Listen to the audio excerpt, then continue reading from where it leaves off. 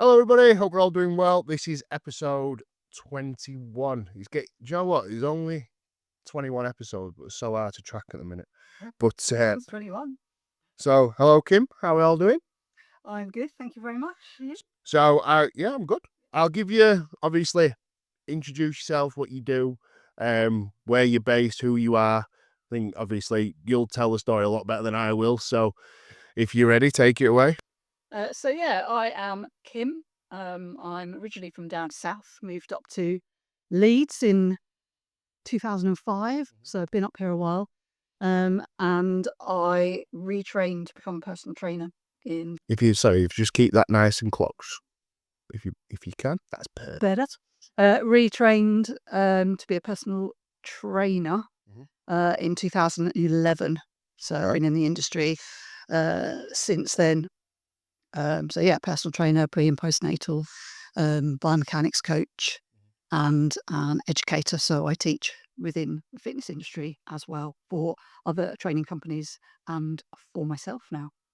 So, I will look into biomechanics coach. So, obviously, we'll get into Primal Flows and what it's all about. But why is movement so important to you? What makes movement so? Because I think with the concept of personal training, no one actually talks a lot about movement, and I think you're gonna be working with people with, you know, daily life problems. We're in here and now with everyone's working from home or sitting down on. So is that a big incorporation of why movement's important to you, or what made it so important? I think when I first qualified, I was in my 30s, so it's a lot later in life than some that qualify. Um, and I'd had personal trainers myself before I became a personal trainer. And it was all geared towards like kind of movement goals, things that I wanted to be able to do rather than aesthetics.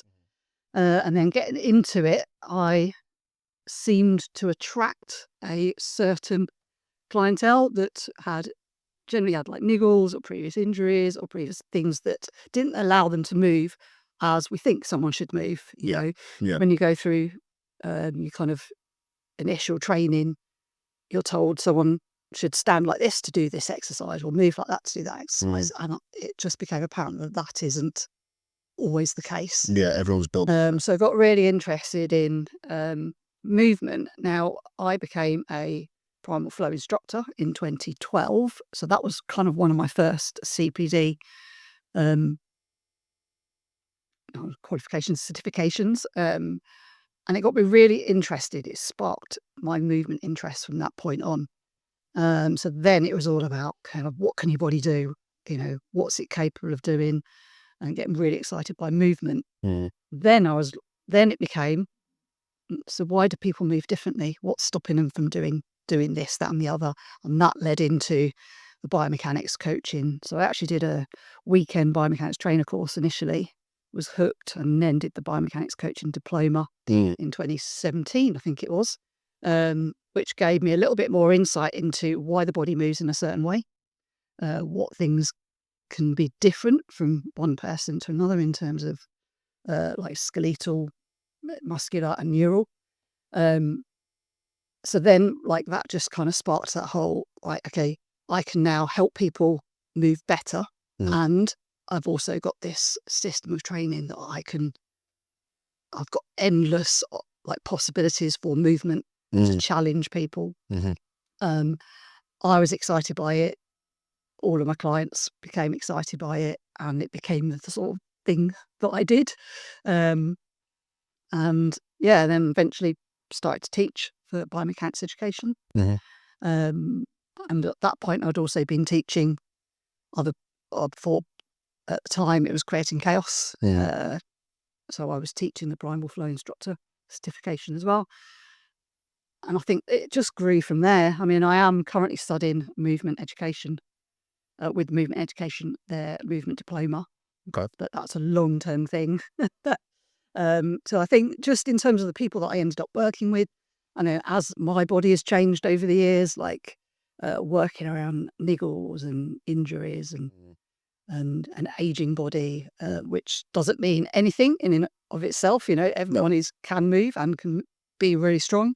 But I think just having that toolbox of kind of movement ideas that isn't gym based, that's body weight based, that's strength based, that's mobility based.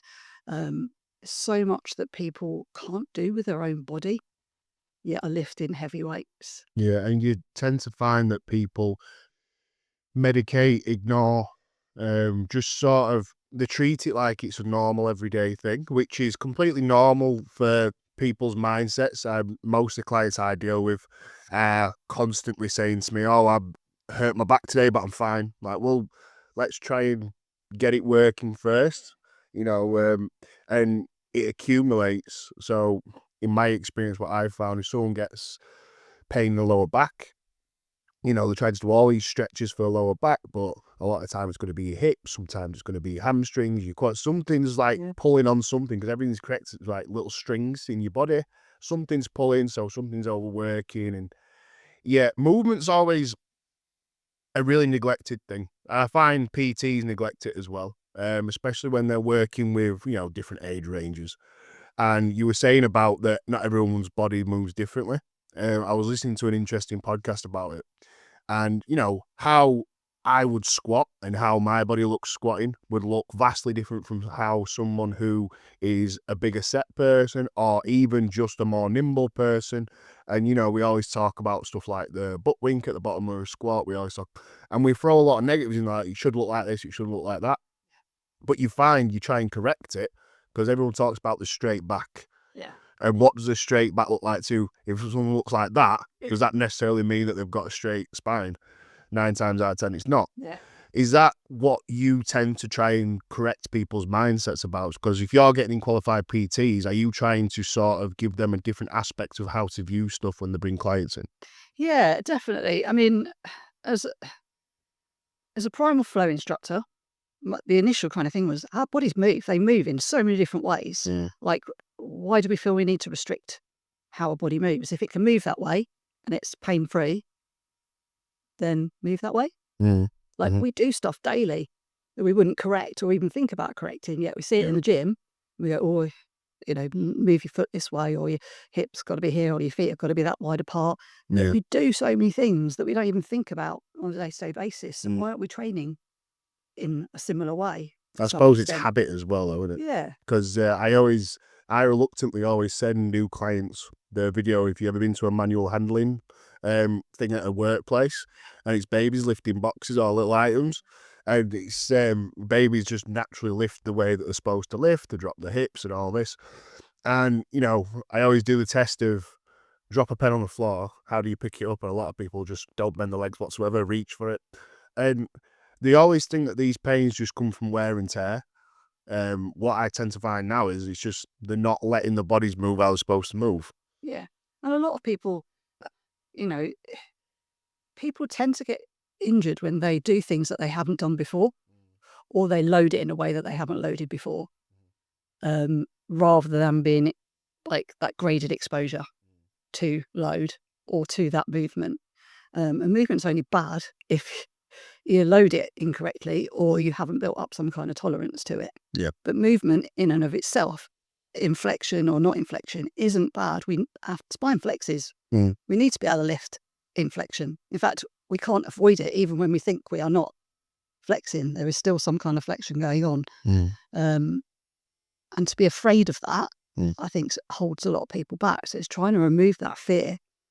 Our body's pretty robust, we're pretty hard to break. Yeah. Doesn't say that things won't go wrong, but generally there's a lot of underlying issues that get you to that point. As a biomechanics coach, what you're learning about is what happens inside as well. Everyone is built differently. So some people have long femurs, some people have short femurs. That's going to change how someone's squat looks drastically. So if you're trying to make everyone's squat exactly the same, you're ignoring someone's uniqueness. Which is why there are so many different ways that you can squat, so many different tools that help you to squat: hack squats, safety bar, low bar, back squat, high bar back squat, goblet squat. They're there to use and accommodate for someone's set up, really, Yeah. to get the best out of them. But also we forget that actually our nervous system pretty much rules everything that our body does. And sometimes we can find ourselves stretching things that don't need stretching. We've just got some neural tension. No, absolutely. That in itself will kind of impact how someone moves. Yeah. I mean, so I'll just ask you this. Let me just turn this on silent because someone always tends to ring me at the worst times. But so who do you think's harder to teach about these Primal Flow movements in general? Is it clients or is it qualified PTs? Good question. Both in some respects, because if a client comes to you with those preconceived ideas about movement, either because they've read stuff, seen stuff, been told stuff, or just have a fear themselves because they've done something that hurt them, then they will be afraid to try a move. But there are a lot of really good PTs out there that movement is a massive thing, and it's becoming more of a thing, especially since I qualified. It's definitely changed a lot. And it's I don't know, a bit of both. I think you'll have. There are so many different PTs out there that have different interests, and they will attract different people. Yep. And that's as it should be. But I still think that there should be an underpinning all that, an interest in movement, because whoever you work with, whatever you do, I think you should be interested in movement. You should be interested in what the body is capable of doing. Yeah, 100%. I mean, the only reason I asked that is because the transition for us, especially moving into bringing on PTs and educating them, the whole reason we do what we do is we wanted to put the quality back in a personal trainer, because we find all too much now more PTs are qualifying every year. But, not to put a downer on it, it's the quality of personal training that's coming through. You want to be bringing people through that are going to bring value to people. And there's not to say that you can't learn to give value, but if someone's not coming in with the notion of helping, they're already on the back foot, because the best personal trainers out there might not necessarily know as much as, a qualified coach, athlete. It might be the lesser known person in the world when it comes to exercise and health. But if they've got the intention of helping, they've already got the foundation that goes into it. And it's always, like you say, with PTs with interests, I think what makes this industry so good and how many people are coming in, there's room for everybody, is that they've got that many different interests. Someone might have an interest in sport conditioning, someone might have an interest in pre and postnatal. Usually I see a lot of people using personal experience. So someone's been on a big weight loss journey. Yep. Their brand is going to be about helping people achieve the same. And I think that's where the room is. But if people are coming in trying to join the herd and just try and reinvent the wheel 1,000 times over, rather than missing out on the fundamentals, that's where PTs are going to struggle in the industry. Yeah, definitely. People move. They need to be able to move, ultimately. And no matter how young you start, you want to be able to maintain as much of your movement quality as you can. Sorry, I keep hitting this. Throughout the rest of your life, basically. There is a lot of wires. There is this bit. Bigger hands than I think. Throughout the rest of your life, movement is key. And you can start young and keep it going, amazing. But it doesn't mean you shouldn't start at any age, because you can improve your movement from any age and the quality of your life from any age. But for those that I've worked with, I've always brought in movement variety that looks different from what you might expect to see on the gym floor, and the difference that it makes to how people feel and their movement quality further down the line has been really noticeable to me. And I've worked with like bodybuilders, for example, and had them on Primal Flow instructor course. stiff as a board, a lot of them. And find bodyweight stuff really, really challenging. Because it's just not what they do. I saw, if you ever watched the old film, I'm sure all the gym rats will love it, the Pumping Iron film with Arnold Schwarzenegger. Yeah. He was practicing his routine before he went on stage. He started practicing, I think it was with a ballet dancer, being able to stretch and move in a certain way. And he was one of the first ones that actually worked on the flow of stuff like that. Yeah. And like you say, bodybuilders can be stiff. I think it's the old notion of you just train as hard as you can, you avoid all the movements that are not going to build the most amount of muscle. And it can happen. I find sports got exposed for that quite a lot. You see rugby players and stuff like that now doing a lot more condition-specific stuff that'll maintain the stuff underneath the muscle, that'll help, because it's longevity. For the stronger your body gets, everything internal needs to be progressing towards that. You could have the strongest legs, but your tendons, if they're not up to scratch, that's the biggest risk. Yeah, it's that movement variability. If they just do this one movement and do nothing else, and you find yourself in that odd movement, that's when you're exposing yourself potentially. Always. So you've been in the industry 10+ years. Yep. What notices or changes have you seen happen in the industry, positive or negative? Gosh, it has changed a lot, and I don't know whether it's changed or I've changed at the same time. If that makes sense, because I don't know. The more you learn, the more you kind of think or actually realise how much you don't know. I think that's a key thing. There's obviously there's always been a bit of a kind of rumbling in the background, and more so maybe now, is trying to get other people to recognise our contribution to health, wellness, fitness, alongside physios, chiros, osteos, anyone that works with someone to improve their health and fitness. And I'd like to see that come about somehow. I don't know how you're going to do that. There's talks of trying to regulate the industry. Don't know how you do that either. It sounds like a good idea. So you are getting quality trainers coming through, but where do you even start? Well, so there's so many categories to it now. This is why I haven't got a gripe with online coaching.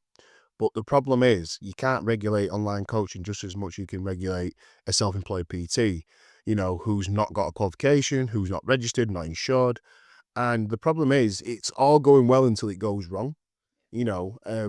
People always tell me you don't need a PT qualification PT. Well, you don't need a driving license to drive, until you have an accident or something happens where you need to show that you've got the right certification. And I think, you're right in what you're saying.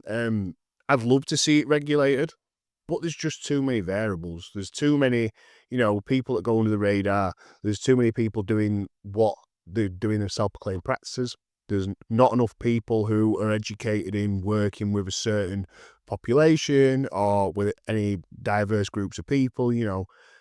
I know PTs who are working with people with like neurological problems or, stuff that they're not trained for, and they're training just the same. And the problem is you can't train everybody the same. You can have the fundamentals. Yeah. You can have the fundamental foundation of, you got to make sure you're doing some type of resistance train, some type of strength train, some type of bodyweight movement, throw some core in there, get some activity in, Yeah. That's all the main stuff, but how you deliver that is different for every person, on the lifestyle, on the past experiences. And I think when you've got an online coach who's never had any time on a gym floor with an emotional connection with anybody and understanding how different people work, you're just sending a PDF and a spreadsheet and expecting income every month. Yeah. It's difficult. It is difficult, and there are so many different ways that you can approach training someone as well. Yeah. There is obviously guidance out there, which is fantastic, as there should be for anything. But I'm sure, as we know, the more we spend in the industry, there'll be more we have to kind of come outside of that, depending on who's in front of us, what's going on with them. Yep. it's, I don't know, it would be there's, as you, like you just said, basically there's lots of different ways that you can go. You've got your specialist subjects, either based on your personal experience or your something that you've got interested in, the types of people that you want to work with or that you happen to attract. So you end up kind of following down that path, getting more excited by it. But then that leads off into so many different directions as well. And Did you niche down straight away? So when you qualified, did you niche down straight away, or did you try and find where you fit? I worked with lots of different people. Really, Yeah. a lot of people want fat loss. That's a key thing for a lot of people. Yeah. And It's turned into a brand now, though, hasn't it? yeah, I think that's why the skinny jobs are so popular now. yeah, It's funny because I actually speak to someone the other day who sells it. I'm not going to expose them. But basically, these drugs have been around for years and years and years, like semaglutide, but it's never been used recreationally. It was always a very last resort, just because it has such a diminishing effect on your appetite, muscle wastage, and now it's basically been branded and put out to the population, and people are now taking it and not exercising, and yes, they're losing all the weight, but they're getting different health complications, and that's another thing that's added in, where you think, well, it's another competitor, because people don't realise that health isn't just about going to the gym, because everyone sees it like a punishment, especially when they don't exercise. It feels like it's a last resort. Yeah. Like, I've tried everything. I've tried, Slim Fast. I've tried going to the meetings. I've tried the keto diet. I've tried this. I've tried that. But they're doing everything out of instinct of fear. Like, if I try this and lose this weight, I'll be happy. yeah. But if you do, and most people are finding now, they'll lose the weight, but not in the way that gives them any joy or purpose. Now I've lost the weight and they're still unhappy. Yeah, I'm thinking, well, what's the point? I do like to think I bring a bit of education to working with my clients as well. Yeah. I feel that's key, and trying not to have any biases on anything. I'm listening to what they might be going through to be able to help. I think in it is important as well to recognise that maybe that what your scope of practice is, and whether that person is the right fit for you, or they should be seeing someone else, or that you need to refer out, and not try to be everything, because you can't. And I think a lot of people think, like a lot of those looking for trainers, see you as everything. Yeah. Like literally everything, and you're like, but I'm not. I've got my specialisms, but I'm not your doctor. I can't diagnose unless you have those qualifications that allow you to. You do become a bit of jack of all trades, or you have to have a lot of knowledge about a lot of things. Part-time therapist. And it's really interesting. And I think that just comes from because there are so many of us that do so many different things. So everyone expects that from everybody. And you have to be really clear, I think, in terms of how you market yourself or sell yourself, in terms of what it is you are actually going to be providing for someone. So when you started out, how did you market yourself? Was there a certain path you went down, or was it the old school way of going on the gym floor, talk to people? Gym floor. I started at a big chain when I first qualified. I was there for about 6 months. Learned as much as I could. I actually found the really big gyms a little bit daunting. I used to walk the floor, like, just like, well, okay. And I didn't like that very much. So I ended up at MP Fit, which is how I know much. I love what he's doing with the. Have you been seeing all the updates soon with the leg rooms and all that he's been doing? No, I haven't. I went down to one of his seminars, and it's surprising how big of a unit that he's got. He's absolutely huge, and he's just changing stuff, moving stuff. When I heard on the podcast, he's a very, like, he got a lot of projects going on. You can see that he's very busy. But yeah, so you started working for him? Or just working in his gym, so like renting if you rent space at the gym. A much smaller gym, much independent gym. And I was at the time the only female trainer there. But it was so much more me. It was smaller, more independent. It didn't feel awkward talking to members. And because I was, the only female at the time, and I like to say that I throw a lot of shapes in terms of like moving differently. Yeah. So I sort of stood out a little bit.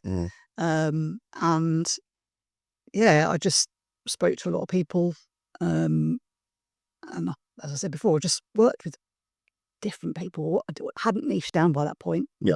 I was just wanted to work with as many people as I could, which I think a lot of trainers do, is want to get clients in. And then you start to kind of find your feet, what interests you. And that's when you start to kind of maybe attract those sorts of people. It takes a while, doesn't it? It does take a while.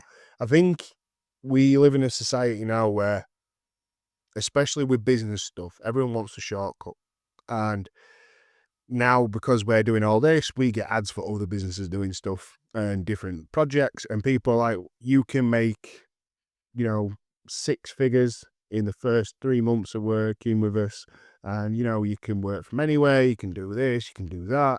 You don't need to learn this, you don't need to learn that. And I just think, well, part of the process of being a better professional, an individual, is learning those things and having those hardships. And especially like what we do, what we try and do different is we try and say to people, listen, we're not going to give you the magic formula, because there isn't one, because everybody jets off individually. There's foundations you can put in place where, the business side is covered, this and that. You can put little marks in place that stops those early pitfalls, but essentially you are your brand. People will come to you for you, because like you say, there's so many personal trainers out there offering the same sort of things, even though they're individuals. People buy you for you. Like, they come because they like who you are, they like your values, they like what you do, you like how you do things.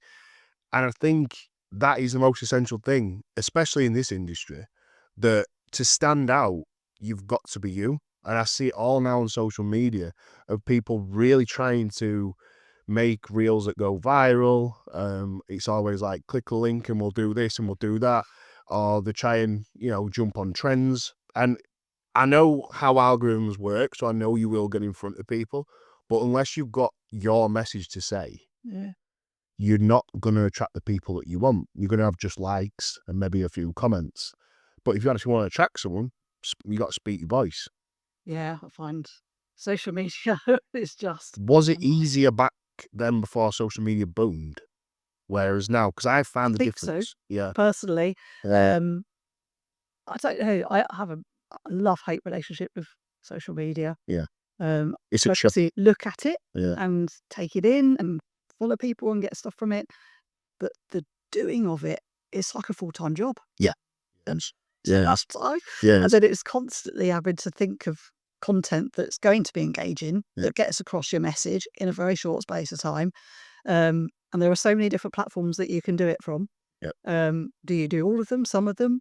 Where are your audience? Even if you prefer a platform, are your audience on it that you want to attract? It's problem is you can almost put too much time into it. You could make 10 videos a week that get so many likes and a few shares, or you could release one video a week that does better. But you don't know how to catch on to that. And yet we struggle with this as well. I think that's why our page is a lot of just podcast clips, because this is something we enjoy and it doesn't take out of our day. If we're constantly getting the camera out and recording everything, you end up being a trainer, an educator, a full-time editor, an audio person, the sound guy, and you end up with so many jobs that you miss out on the fundamental stuff as well. And I think that's a lot of the questions that learners give us, like, how much content should we post? It's not about how much, because even if your content brings in 1 or 2 people, it's all about creating a bit of a network. And the people that come to your page, you look at his page and they've got 20,000 followers. Well, how many people actually engage with you? Whereas if you got someone with a page of 500 followers and 200 people engage, it's different.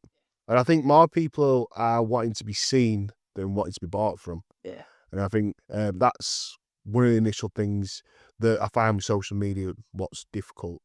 But so when you're doing it now, so I know you're doing the Primal Flow stuff, do you just have a nice net of clients now that you work with and they're your people and that's what you gotta do to knock it out? Yeah. So I effectively got sort of 2 businesses Yeah. going. So a personal training who I work with, obviously movement is a fundamental part of that, as is Primal Flow. And then I think I always had a goal from when I first qualified that I wanted to teach in the industry at some point. Previous jobs that I'd had, I'd done quite a bit of coaching within that. Not counselling type coaching, but just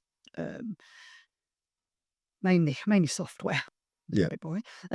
But I always wanted to get into teaching. So one of the first qualifications that I did was my award in education and training, so that I could teach. Yeah. So I could teach Primal Flow instructor, and then I got my assessor qualification in the last few years, so that I can assess as well. And then I started teaching Primal Flow in 2014. So I'd given myself 3 years to see. I'd given myself 5 years. Within the first 5 years, I wanted to start teaching. Within 3 years, I was. Then I started teaching for Biomechanics education. Now I'm teaching for myself. So I'm now my ultimate goal is to transition out of PT to go into full-time education. So, but my PT business at the moment is kind of like my core business in terms of my main income. Yeah. And I enjoy what I do, but I'm not trying to grow that. I'm trying to grow this. Yeah. education side. That's the problem with having multiple businesses, you're right, because you can't bring it all up together. It usually takes energy from one side. You know, you can keep this plate spinning here, but it's a difficult transition. Sometimes something gets dropped. Yeah. And it is tough, but this is kind of becoming my long-term retirement plan, as it were. And also just to see other trainers coming through and be excited about movement and what the body can do, and to be able to feed that back into their clients. Do you feel like you're learning from the trainers that come in as well? All the time. Yeah. Yeah. That's what I find all the time. What's been great about doing this as a job and also as a business is you meet different people from all walks of life who have a different concept on training. And it actually teaches you some stuff. I've took stuff away from learners. I'm like, yeah, I'm going to use that because that's really good. And I think you said it earlier about being open-minded. And a quote that I like is, the best place to be is in a room that you feel like you don't deserve to be in. Be among people that are better than you, or what you perceive as better than you, because you're going to learn more. And the expert level that everyone has is that I don't know enough to do this as a job. But the people that you're going to work with see you as an expert. So you know more than them, and that's why they're paying you. You might not know more than one of your peers and one of your friends who's a PT who's been in it for years, but you know enough to start. And I think that's the conception that everyone needs to get rid of, because no one gets into a business knowing everything about it. It's something that tends to blossom and grow over time. Yeah, and as it should. Like, if you know everything, Yeah. then that's no fun, really, is it? Yeah, exactly. If everyone knew everything, it'd be a very dark and boring place. But like, learning from other people is exciting, because there isn't one teaching experience where I haven't come away and learnt something new. But I know that all of my learners have also gone away with a hell of a lot. And if you're creating conversation within your learning environment as well, hopefully they are making new connections there as well, and will learn off each other. And in terms of the Primal Flow stuff, it's movement. Like, our body moves in many different ways, and I haven't done one.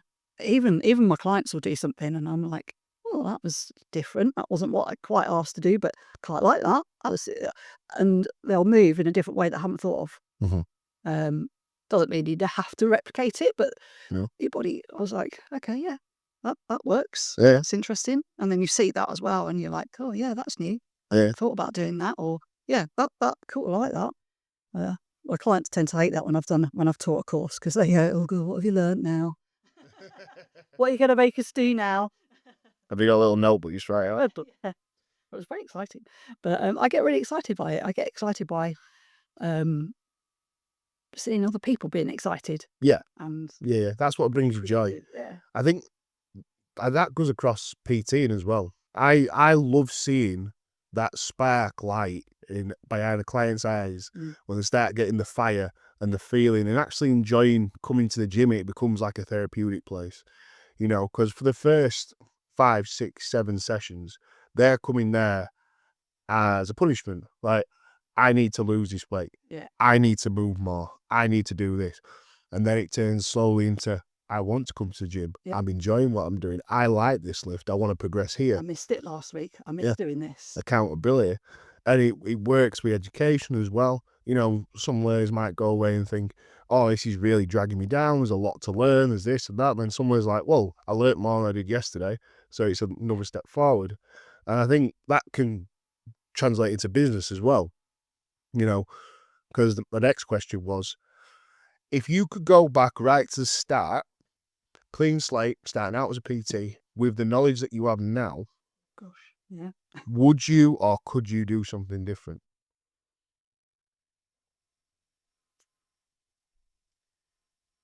Blimey. Yeah, it's a That's a big question. yeah. Feel like I might need to pause for that. Sorry, I'll just keep running. Okay. I don't know, in all honesty, because part of the learning is part of the journey. Yeah. That sounds very... But That's next to Saul's live, laugh, love poster it on. yeah, I can't imagine starting and knowing all of this. Yeah. No, yeah. Yeah. Because I would have already started. Like, how do you get to know all this without going through it? Yeah. Well, I feel like I'm not answering that, so that's a massive question. So the conception is like, if someone sat down and told you, like, if you went back and told yourself 10 years ago, this is what you're going to learn, this is what you're going to do, this is everything, it still won't come off the same way it did, because experience builds a bit of a callus. You know, I think the failures are more valuable than the positives. You know, the wins are great, but the failures teach you how to win. And, you know, that client that you didn't manage to get, or that client that didn't stop working with you, or that lead that didn't come through, or that investment went to pot. Yeah. You know, all these little things that you could chalk up to being a really bad experience teaches you something on that down the line. And it does take hindsight to do that, because in the moment, you're like, oh, fuck, this is all terrible. And that never goes away. You know, you kick yourself quite a lot, and then later on, another occasion might arise where you've got that experience. You're like, right, I know how to tackle this, and it comes off. And yeah, it's always a difficult question, because I mean, the best answer I ever got was someone simply saying, well, if I had all this knowledge going back, then I don't think I'd have made the mistakes, and the mistakes make you better anyway. And I think that's it. I don't know if I want to change it. There's things that have happened that I wish hadn't happened, but some of them are outside of my control. Yeah. And if I'd have had that knowledge, then I wouldn't have done it. But then I wouldn't have got that experience. And that experience is valuable. I don't know. I might have moved quicker through my journey. Yeah. Because if I had that knowledge, I wouldn't need to gain it. So I wouldn't need to. Yeah. Speed's not always the best thing in the world, though, is it? Yeah. It's a hard thing to teach, because I think if I was someone just listening to these podcasts or listening to other people's posts, you want the shortcuts. We're all wired now to take shortcuts, because it's just easier, it's faster. You know, Google Maps say, oh, you can get here 3 minutes faster, I'll go that way. We're just built to think, what's the fastest route there? And the realistic part is it about speed or is it about knowledge? Because, you know, you could start earning money quicker, but the fact is, how are you going to sustain it? You could have so what tends to happen with a lot of businesses is you earn money quite quickly and the cash flow starts building. Wow, we cracked it, this is it. And then something changes or something evolves and you can't adapt to it. And then you're like, oh, this has all gone to crap. Like, it's a failure. And if you haven't got that experience built up, you can't work against those peaks and troughs. I think Miles called it the valley of despair, where you're down, and if you don't know the way up or the way through, that's the difficult point. And I think you perform best, personally I do, when there's a little bit of pressure. You know, your back's against a wall a little bit, and tends to bring out sometimes the best in you. Can bring out the worst sometimes as well. But when it's all, you know, happy, joy, money's coming in, everyone's happy, I don't think you appreciate it enough until it gets bad. It's not, And it, you know, several years ago now, we won't talk about what happened, but the year where everything changed, you know, the fact that I was able to adapt, survive that, bring a business online, bring in new things, you know, that ended a lot of people in terms of their businesses and what they could do. And, you know, a lot of people are still surviving the impact of that. The repercussions of COVID has been insane. But without that as well, like certain things, we're so much further ahead than we maybe would have been if that hadn't happened, in terms of how we communicate with people. What's available to us, what's available to people to access as well, which just adds to that diversity of you know, who's out there and how we can access it and how good they are, or etc. And I don't know, there is parts of me that maybe wished I'd done things a little bit differently coming out of it, but I don't know if I could have done. Given the times, COVID were a weird one. I mean, I started PTing just before it, so then at the time I had another job, so I was one of these that worked all the way through. We were classed the key worker, the job that I was in, but I always kept my eye on what was going on in the world.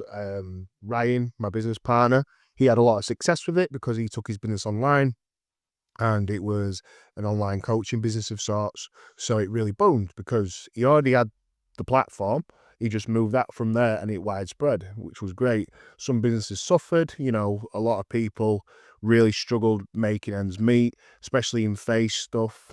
It did show, it was like a make or break for a lot of people. And I think the people that got through it with a positive, then the reason why people struggled is I think the world changed that quick. You weren't able to adapt fast enough, and the people that did really prospered.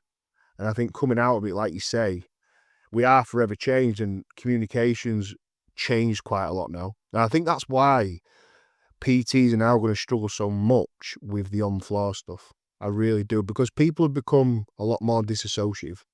Especially in these big public gyms. You know, sometimes I go to them and I tend to observe, you know, people looking down, people doing a set, looking down again. Now, if I was an on-floor PT, I'd feel quite intimidated by that, because go and interrupt someone, haven't you? Like, that's the difficult part, because the old thing was you walk up saying, how's it going? You having a good session? Is there anything you're struggling with, etc.?